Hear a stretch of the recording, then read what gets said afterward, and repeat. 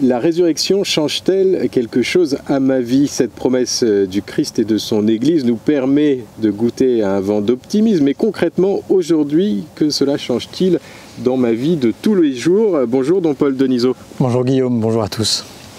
Vous êtes le recteur du sanctuaire Notre-Dame de Montligeon, ici dans l'Orne, en Normandie. La première conséquence de la résurrection est que l'homme se sent peut-être un peu moins seul face à ce gouffre métaphysique qui est la mort, la fin de la vie. Jésus y est allé, Jésus a ressuscité et Dieu a priori nous y attend. Il y a cet optimisme qui peut habiter la vie des hommes. Oui, cette espérance même, parce que l'optimisme c'est, voilà, une journée se passe mal, je me suis renversé du café sur les pieds et j'ai marché avec mes chaussettes dans une flaque d'eau dans la salle de bain, mon optimisme il est flingué pour la journée. J'irais même voilà, plus loin, cette espérance, un peu plus profond encore l'espérance. L'espérance, effectivement, cette espérance en la résurrection est le cœur de notre espérance. Si Jésus est ressuscité, ça veut dire que notre foi est vraie. S'il n'est pas ressuscité, alors vaine est notre foi, nous dit saint Paul. Ça nous rappelle qu'effectivement, vous voyez, nous ne pouvons nous résoudre à la mort, mais tous, nos contemporains ne peuvent pas s'y résoudre. La façon dont on peut adresser des prières, dont on peut écrire RIP sur Facebook, la façon dont on peut mettre une peluche ou un cierge, ça montre que l'homme ne peut pas se résoudre à la mort. La réincarnation dont nous avons parlé déjà, l'homme ne peut pas se résoudre à la mort. Et en fait, il nous faudrait rencontrer quelqu'un qui a traversé la mort. Personne n'a traversé la mort. Alors pour nous chrétiens, nous croyons que si justement, Jésus, le Fils de Dieu, lui est mort et ressuscité, ça veut dire qu'il est sorti victorieux de la mort. Et il l'a vaincu. Et ça, c'est la grande nouvelle. C'est que la mort, ce gouffre dont vous parliez, cet abîme inouï qui s'ouvre devant nous, eh bien, n'est pas la fin de tout. Qu'au contraire, le Seigneur nous attend, qu'il marche à nos côtés. Si je traverse les ravins de la mort, tu es avec moi, je ne crains aucun mal. Voilà, qu'il nous le fait traverser pour nous donner la vie. Pourtant, l'hypothèse qu'après la mort, il n'y ait rien, l'hypothèse que l'Église soit une supercherie, une erreur, un bug, c'est une hypothèse qui est possible. Mais en fait, vous mettez le doigt sur la vraie question du cœur de l'homme. Qu'est-ce qui est le dernier mot? Soit c'est la mort, soit c'est la vie. Il n'y a pas d'autre possibilité. Ultimement, c'est ça. Soit c'est la vie qui a le dernier mot, soit c'est la mort. Nous, les chrétiens, nous croyons, c'est-à-dire qu'effectivement, c'est pas quelque chose c'est pas tangible scientifiquement, matériellement, mais nous croyons à la résurrection de Jésus. Et ça fait 2000 ans que des hommes ont tout laissé tomber. Les apôtres, qui étaient des poltrons, qui étaient des peureux, on le voit dans les évangiles, vont se mettre à annoncer la résurrection partout dans le monde.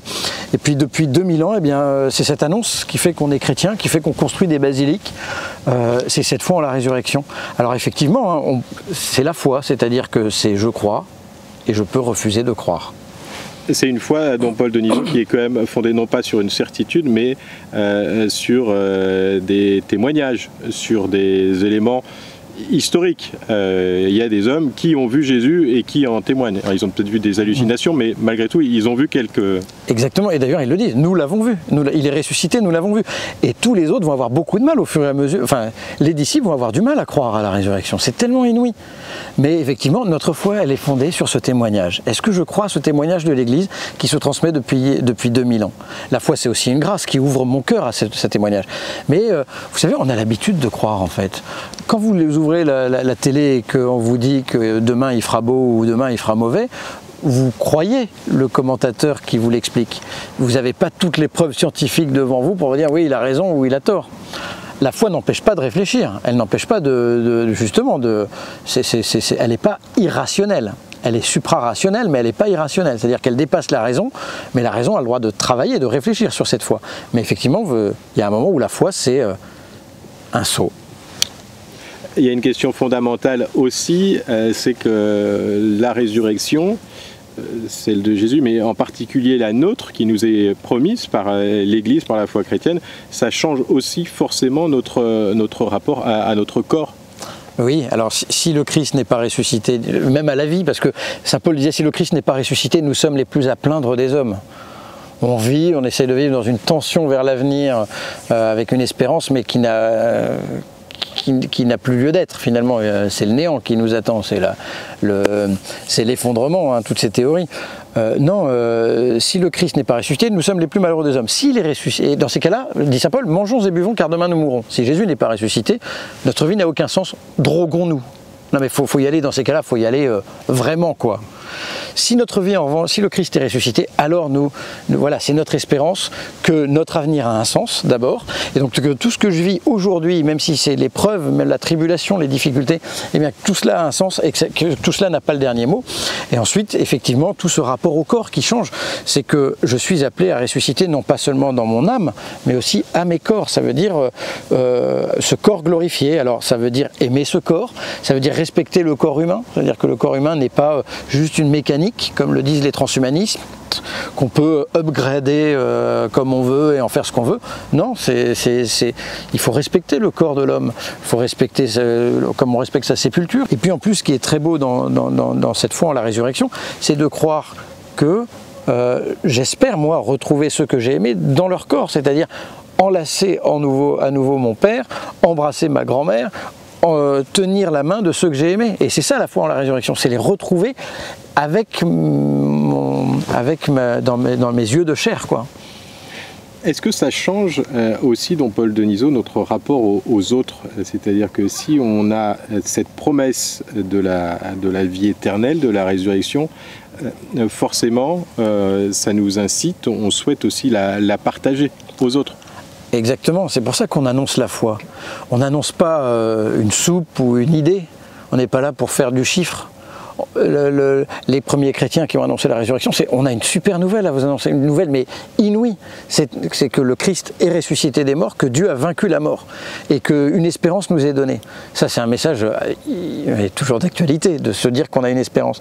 Et non seulement on veut l'annoncer cette bonne nouvelle à un monde qui est parfois désespéré, mais en plus on veut y aller ensemble. C'est-à-dire que, et d'ailleurs on ne se sauve pas seul, hein, c'est ce que nous dit Benoît XVI. On a besoin des autres. On est tous encordés les uns aux autres. Il y a une solidarité humaine qui fait qu'on dépend tous les uns des autres. Et donc, si je crois à la résurrection, et si je l'espère cette résurrection, aujourd'hui ça m'engage. Ça m'engage en particulier vis-à-vis des autres. Et en particulier vis-à-vis des plus faibles et des plus pauvres. Il y a très concrètement aussi des approches qui changent cette notion de résurrection, cette promesse de la résurrection qui nous est faite. Ça nous apporte aussi de la joie, ça nous apporte aussi alors une notion qui est plus philosophique que spirituelle, mais de la sérénité aussi face à la vie, face aux épreuves, face à cette fin ultime qui n'est pas ultime finalement, mais qui est la mort. Ça nous apporte une paix. Ça n'empêche pas d'avoir peur, ça ne nous empêche pas d'avoir toutes ces émotions humaines, mais ça nous apporte cette certitude de foi que la mort n'a pas le dernier mot et que c'est la vie et l'amour qui ont le dernier mot. Mais je pense qu'au moment de mourir, j'aurais besoin moi aussi de ce courage de la foi, de revenir à cela, parce que face à l'abîme de la mort, c'est une grâce que nous pouvons demander pour tous ceux qui meurent, qu'ils éprouvent cette consolation et cette présence du Seigneur. Tu n'es pas seul, j'ai vaincu la mort.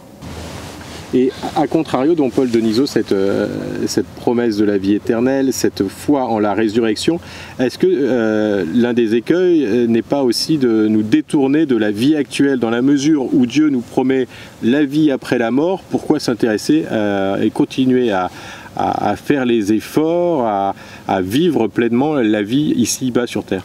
C'est une très bonne question. C'est d'ailleurs la contradiction qu'a portée Marx en disant la religion c'est l'opium du peuple. Bah oui, on vous parle de religion, on vous parle de justice plus tard, donc pour l'instant vous vous soulevez pas et vous acceptez très bien la dictature du capital, vous les prolétaires. C'était la critique de Nietzsche. Nietzsche il est génial, il dit ouais mais chez les chrétiens, le fait de parler de la vie éternelle plus tard, ça crée une espèce de ressentiment, donc c'est une religion du ressentiment. Il y avait quelque chose qui était bien vu chez Nietzsche. Aujourd'hui, moins philosophique, mais on pourra vous dire les cathos sont perchés, ils sont dans une espèce d'attente de l'au-delà, mais on le voit dans certains films où effectivement soit les prêtres soit les chrétiens sont présentés comme des gens complètement perchés. Ça peut être une dérive actuelle dans certaines communauté chrétienne, enfin au sens large, de personnes qui vont être très sur l'adoration eucharistique, sur la prière, sur la louange, etc., et qui vont se détacher aussi de l'action chrétienne au sein de la société. Mais, oui, parce que c'est toujours un équilibre. C'est important. Sans la prière, on ne trouve pas le vrai moteur, le sens. C'est elle qui va nous donner déjà la volonté du Seigneur pour nous et sur ce que nous avons à faire. Mais la vie chrétienne est très incarnée. C'est justement parce que j'attends ce royaume qui vient, mais qu'en même temps, le Seigneur me demande d'y participer, de travailler à ce royaume. Et travailler à ce royaume, c'est maintenant. Et c'est pas y travailler de manière désincarnée. C'est travailler dans mon travail, dans ma famille, là où je suis, dans mon milieu associatif. C'est là où le Seigneur me demande d'œuvrer. Donc la vie éternelle, c'est pas quelque chose qui m'endort justement. C'est je sais où est le but et aujourd'hui comment je construis avec le Seigneur, avec la grâce du Seigneur. Donc avec la prière, avec sa grâce dans les sacrements, comment je construis le royaume là où je suis. En sachant aussi, et on va peut-être conclure là-dessus, Don Paul Denisot, que le fait d'avoir cette promesse, de savoir que Dieu nous donne la vie éternelle, nous donne la résurrection, ça n'empêche pas aussi aujourd'hui la souffrance, les épreuves et le fait de vivre aussi sous une certaine forme la passion du Christ. La vie chrétienne n'est pas une promesse de bonheur ici-bas. C'est ce que dit Marie à Sainte Bernadette. Je ne vous prenais pas le bonheur ici-bas, mais dans l'autre. Donc pour bien nous rappeler, oui, la vie ici-bas nous sommes en pèlerinage, ici-bas nous sommes dans un enfantement, comme le dit Saint Paul, dans un enfantement, et un enfantement c'est douloureux. La création tout entière gémit. Voilà, mais c'est un enfantement, mais nous savons que le terme est un terme heureux. C'est ce que dit le pape François. Les plus grandes joies de notre vie, nos plus grands bonheurs sont devant nous, quel que soit notre âge. Toutes nos plus grandes joies, c'est ça que nous donne c'est l'assurance que nous donne la foi chrétienne. C'est que le mal et la souffrance que je vis aujourd'hui n'ont pas le dernier mot. C'est-à-dire que la perspective de la vie éternelle, la perspective de la résurrection nous permet non pas de supporter la douleur, la souffrance, la vie, mais de la vivre pleinement. Et même parfois de lui donner un sens. C'est très mystérieux, on le voit chez des personnes qui viennent ici à Montligeon. Alors il y a des épreuves qui sont terribles et auxquelles, à vue humaine, il n'y a aucun sens. Mais l'espérance chrétienne, déjà, elle nous dit que le Seigneur pleure avec nous, qu'il est là, aujourd'hui, qu'il est là dans notre épreuve, parce que lui est mort et ressuscité. Il a traversé la mort, il a traversé l'angoisse, et il pleure avec nous comme il a pleuré Lazare. Il y a cela, et il nous dit aussi qu'il est victorieux de cela. Et que si nous ne lui lâchons pas la main, si nous le tenons, si nous nous cramponnons en lui, quitte à crier vers lui, quitte à lui demander des comptes, quitte à lui dire « tu m'as abandonné », comme Jésus, c'est « mon Dieu, pourquoi m'as-tu abandonné ?» Eh bien en nous cramponnant à lui, nous traverserons les ravins de la mort. Un grand merci en tout cas, Don Paul Denisot, de vous être arrêté sur RCF. Je rappelle que vous êtes le recteur de ce sanctuaire Notre-Dame de Montligeon, tout spécialement dédié à la prière pour les défunts. Un grand merci. Merci Guillaume, merci.